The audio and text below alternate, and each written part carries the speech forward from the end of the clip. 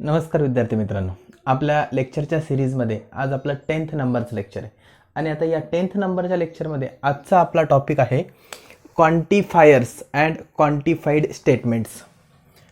Quantifiers and quantified statements हे जे शब्द आहेत ते थोडेसे नवीन आहेत आणि पूर्ण टॉपिकच आपल्यासाठी नवीन आहे, थोडासा थेरॉटिकल आहे. म्हणून मी आज थोडी मेथड पण बदललेली आहे, अगोदरच बोर्डवरती लिहून ठेवलेलं आहे.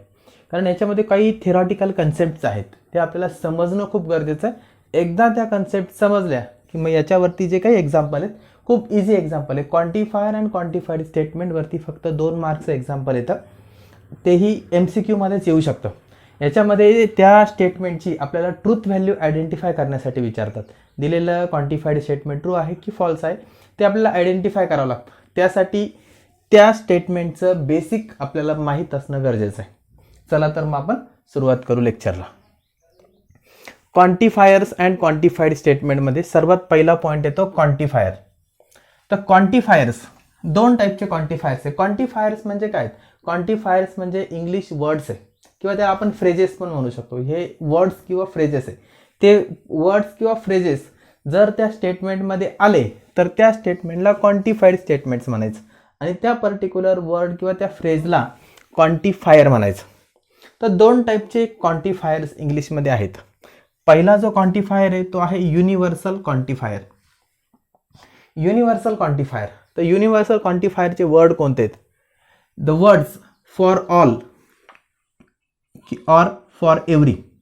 The words for all or for every are called as universal quantifier. For all किंवा फक्त ऑल लिहिलेलं असेल तरीही ते बाय डिफॉल्ट फॉर ऑल म्हणूनच कन्सिडर होतं, लक्षात ठेवा. किंवा फॉर एव्हरी म्हणजे आपण म्हणू शकतो all students of 11th class are the student of this high school. म्हणजे 11वीचे सर्व विद्यार्थी हे या हायस्कूलचेच विद्यार्थी आहेत. मग आता त्यामध्ये ऑल आला तर ऑल आल्यामुळे त्या सेंटेन्समध्ये ऑल आल्यामुळे ते जे स्टेटमेंट आहे ते स्टेटमेंट काय बनलं? ते स्टेटमेंट बनलं क्वांटिफायर. आणि त्याच्यामध्ये ऑल हा जो शब्द आहे या शब्दाला म्हणायचं क्वांटिफायर. आणि कोणत्या प्रकारचा क्वांटिफायर आहे तो? युनिव्हर्सल क्वांटिफायर आहे. त्याच्यानंतर दुसरा जो क्वांटिफायर असतो तो एक्झिस्टेन्शियल क्वांटिफायर असतो. Existential quantifier. आता एक्झिस्टेन्शियल क्वांटिफायरचे वर्ड कोणते आहेत? There exist or for some. There exist किंवा फॉर सम किंवा for one are called as existential quantifier. Words लक्षात ठेवा, देअर एक्झिस्ट किंवा फॉर सम किंवा फॉर वन. आणि डिनोटेड बाय एक्झिस्टियल क्वांटिफायर हा उलटा ईने डिनोट होतो. इंग्लिश अल्फाबेटमध्ये जो कॅपिटल ई असतो तो उलटा ड्रॉ करायचा. याच्यामध्ये लक्षात ठेवण्यासाठी एक्झिस्टेन्शियलचा ई आणि या सिम्बॉलमध्ये पण ई, म्हणजे हाच ई इथे काय करायचं आहे आपल्याला? उलटा करायचा आहे. युनिव्हर्सल क्वांटिफायर मात्र ह्या उलटा ए, आपला ए असा असतो ना, याला उलटा करायचा, उलट्या एने डिनोट होतो. तर ई साठी लक्षात ठेवा, ई साठी उलटा ई असतो, मग यू साठी उलटा ए असतो, हे लक्षात राहून जाईल दोघांचे सिम्बॉल. आणि पुढचं काय? क्वांटिफाईड स्टेटमेंट, म्हणजे ज्या स्टेटमेंटमध्ये क्वांटिफायर वापरलेले असतात अशा स्टेटमेंटला क्वांटिफाईड स्टेटमेंट म्हणायचं. The statement which involves quantifiers is called as quantified statement. आणि क्वांटिफायर्स लक्षात आले. आपण एक्झाम्पल घेऊ, मग अजून क्लिअर होतील. आता मी थोडेसे जनरल एक्झाम्पल सांगतो. फॉर ऑल हा शब्द जर आला तर तो युनिव्हर्सल क्वांटिफायर असतो. आणि देअर एक्झिस्ट किंवा फॉर सम किंवा फॉर वन असा जर शब्द आला तो एक्झिस्टेन्शियल क्वांटिफायर असतो. म्हणजे आपण म्हणू शकतो का there exist one student which is topper in this class. म्हणजे इथे एक विद्यार्थी असा आहे का तो ह्या वर्गाचा टॉपर आहे. म्हणजे ते सर्वचे सर्व त्या ठिकाणी आहे का? नाही, त्यातला एकच आहे. पण म्हटलं ह्या 11वीच्या क्लासचे विद्यार्थी किंवा ह्या 12वीच्या क्लासचे विद्यार्थी हे या शाळेचे विद्यार्थी आहेत. म्हणजे एक विद्यार्थी झाला का तो? नाही, त्या पूर्ण क्लासच्या सर्व विद्यार्थ्यांना ते लागू झालं. सर्वांना जर लागू होत असेल तर ते युनिव्हर्सल क्वांटिफायर म्हणून कन्सिडर होतं. आणि एका व्यक्तीला लागू होत असेल किंवा 2 व्यक्तीला लागू होत असेल, म्हणजे काही व्यक्तींना लागू होत असेल, सर्वांना नाही, काहींनाच लागू होत असेल तर ते एक्झिस्टेन्शियल क्वांटिफायर म्हणून कन्सिडर होतं. ह्या झालं त्याच्या थेरॉटिकल डेफिनेशन.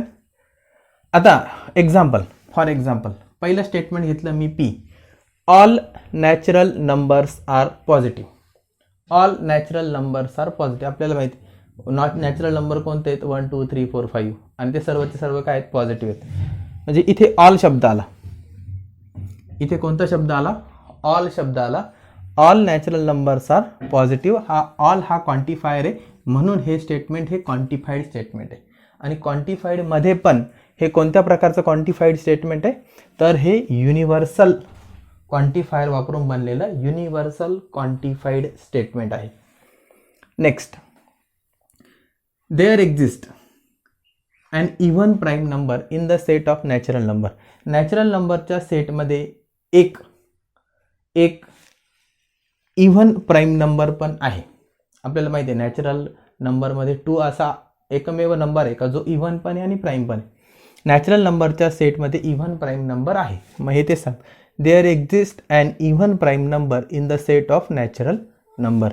इथे देअर एक्झिस्ट वापरला आहे आणि इथे देअर एक्झिस्ट वापरल्यामुळे हे जे स्टेटमेंट आहे हे क्वांटिफाईड स्टेटमेंट बनलेलं आहे.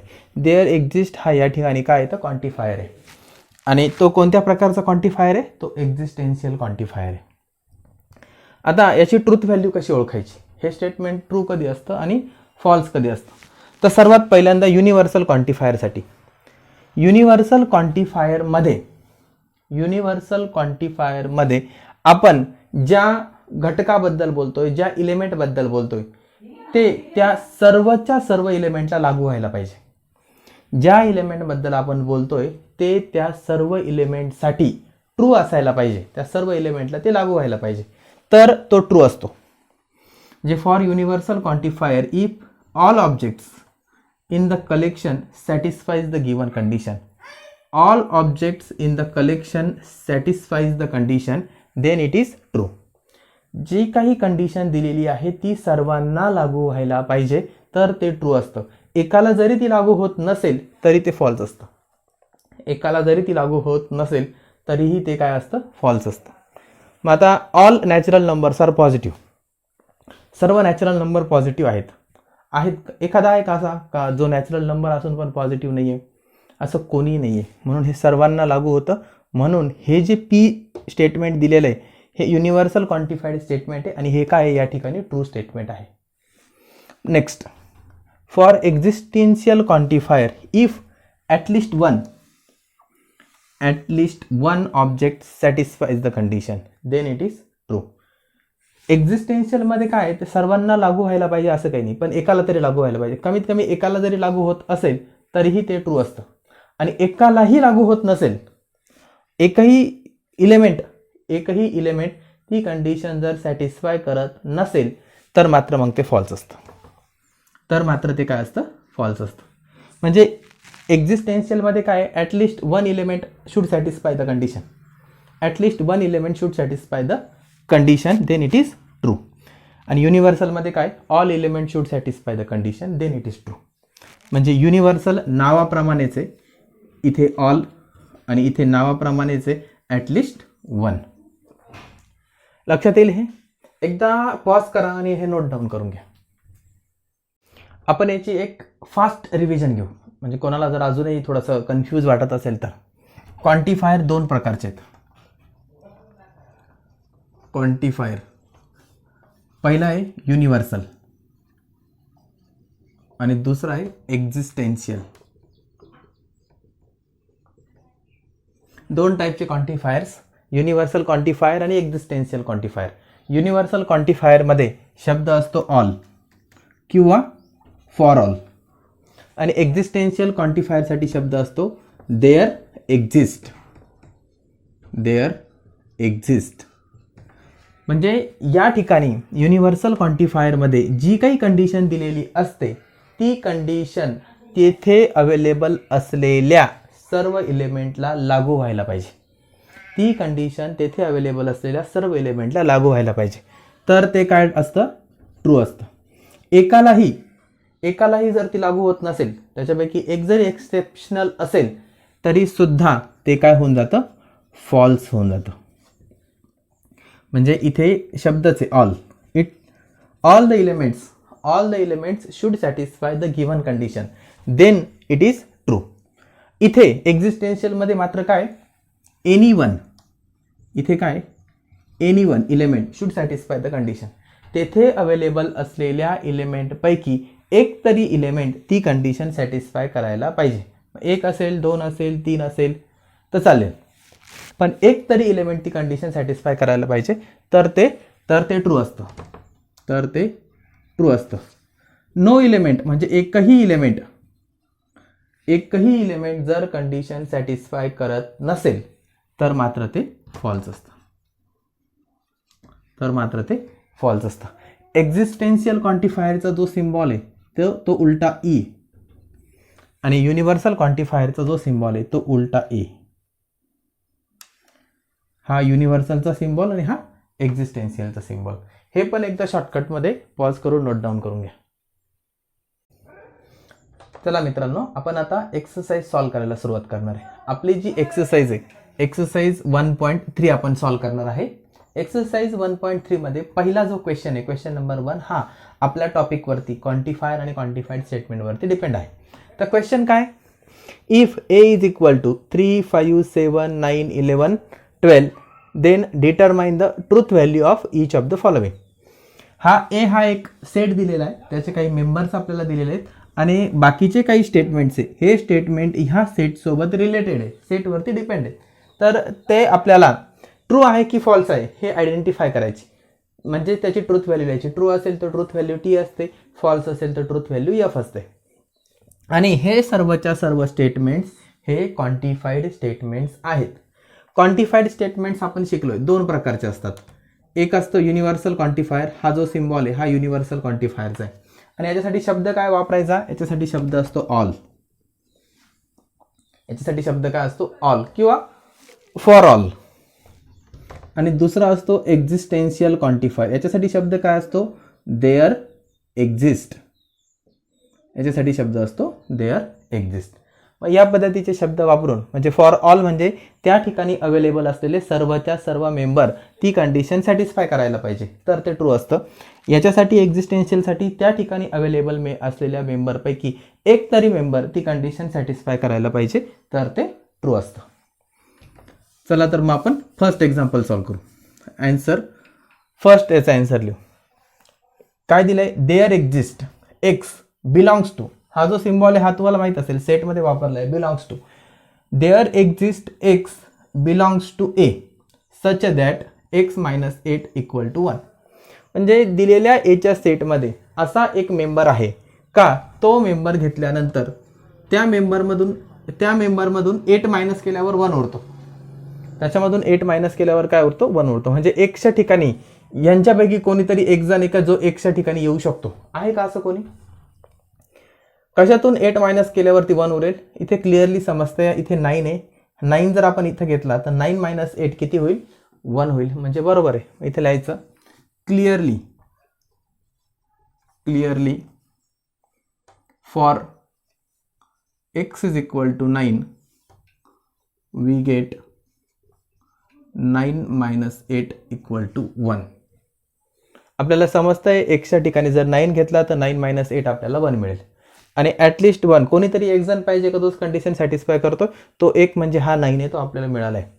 Therefore given statement is true. दिलेला स्टेटमेंट काय तर ट्रू आहे. देअरफॉर इट्स ट्रूथ व्हॅल्यू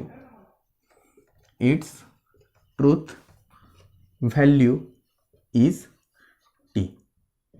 दिलेलं स्टेटमेंट ट्रू आहे म्हणून ट्रूथ व्हॅल्यू काय येईल त्याची, टी येईल. हे झालं आपलं फर्स्ट एक्झाम्पलचं आन्सर.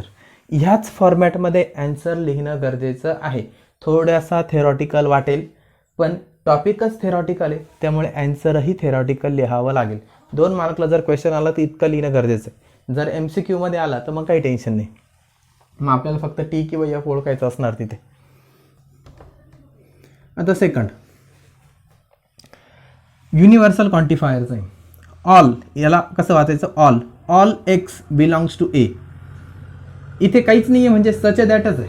काहीच नाही म्हणजे काय आहे तर बाय डिफॉल्ट सच दॅट असतो. सच that X square plus X is even number.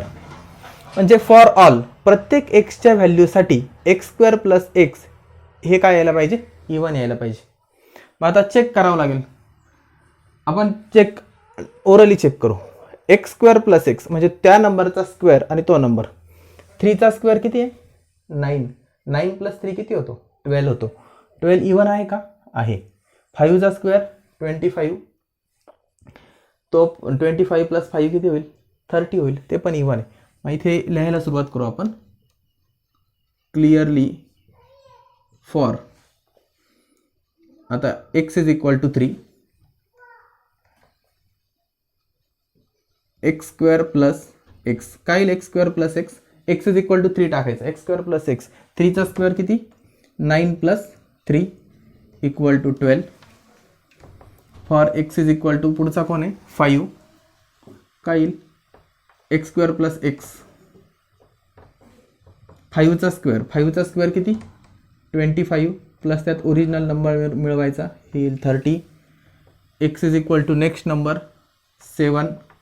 7चा square 49 plus 7 इथे लिहायला पाहिजे होतं. Formula as it is.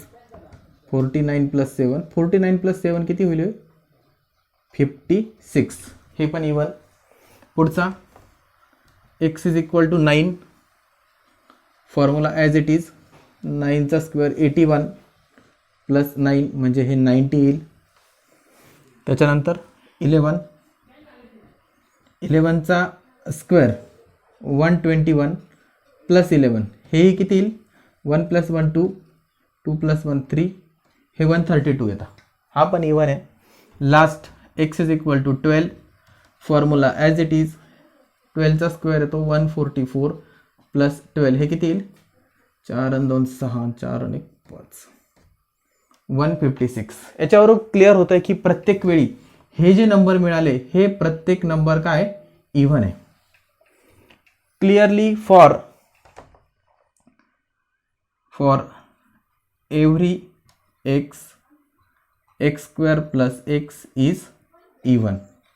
Therefore given statement is true. दिलेला स्टेटमेंट काय आहे? तर ट्रू आहे. आणि ट्रू स्टेटमेंट म्हणून truth value is its truth value is T. एवढं एकदा पॉज करा आणि नोट डाऊन करा. थर्ड नंबरचं एक्झाम्पल. आता थर्ड नंबरचं एक्झाम्पल काय? एक्झिस्टेन्शियल क्वांटिफायर आहे. म्हणजे there exist x belongs to A such that X square is less than 0. आता दिलेल्या एच्या मेंबर्सपैकी एक्स म्हणजे काय? तर member of A. X belongs to A ना. तर एच्या मेंबरपैकी असा कोणीतरी आहे का ज्याचा स्क्वेअर हा लेस दॅन 0. लेस दॅन 0 काय असतं? लेस दॅन 0 म्हणजे निगेटिव्ह असतं. आणि कोणाचा स्क्वेअर कधी निगेटिव्ह असतो का?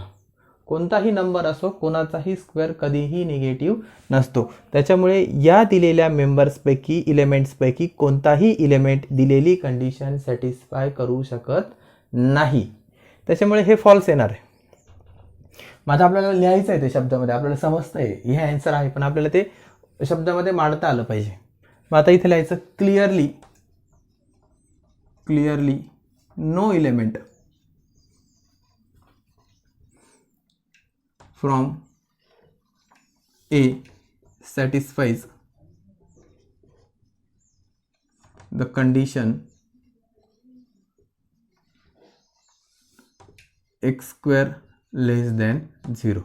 असा एकही एलिमेंट नाही का जो एक्स स्क्वेअर लेस दॅन 0 ही कंडिशन सॅटिस्फाय करू शकेल. म्हणून therefore given statement is false. Therefore its truth value is f. त्याची ट्रूथ व्हॅल्यू काय येईल? f. नाव त्याचं ट्रूथ व्हॅल्यूच असतं. हे आपलं झालेलं आहे ऑलरेडी. ट्रूथ व्हॅल्यू काय त्याची? तर f येते, कारण त्याचे स्टेटमेंट काय तर फॉल्स. नेक्स्ट एक्झाम्पल सॉल्व करू. Fourth number. For all x belongs to a, x is an even number. इथे ऑल आहे. For all x belongs to a, x is even number. सर्वच्या सर्व x बिलॉंग्स टू a म्हणजे a चे सर्वच्या सर्व member हे काय आहे? इव्हन नंबर आहे, असं याचं म्हणणं आहे. एक्सचे सर्वच्या सर्व मेंबर इव्हन नंबर आहे का? बघा बरं, आहे का? मॅक्सिमम मेंबर तर ऑड आहेत, फक्त एकच तर इव्हन आहे, म्हणजे सर्वच्या सर्व मेंबर हे इव्हन नंबर नाही आहे. सर्वचे सर्व ही कंडिशन सॅटिस्फाय करत नाही आहे, म्हणजे हे दिलेलं स्टेटमेंट हे फॉल्स स्टेटमेंट आहे. मग आता शब्दामध्ये लिहायचं, clearly from elements of A, elements of A, elements of A, एच्या एलिमेंटपैकी 3, 5, 7, 9, 11 आर नॉट इव्हन नंबर्स. आपल्याला क्लिअरली समजतंय का एच्या मेंबरपैकी हे 5 मेंबर हे इव्हन नाही आहे, म्हणून दिलेलं स्टेटमेंट काय आहे तर फॉल्स आहे. Therefore given statement is false. Therefore its truth value is f. म्हणून त्याची ट्रूथ व्हॅल्यू काय येणार आहे तर f येणार आहे. एवढे 2 एक्झाम्पल पण पॉज करून नोट डाऊन करा. Example number 5. एक्झाम्पल नंबर 5 काय सांगतो, देअर एक्झिस्ट हा जो क्वांटिफायर तो एक्झिस्टेन्शियल आहे.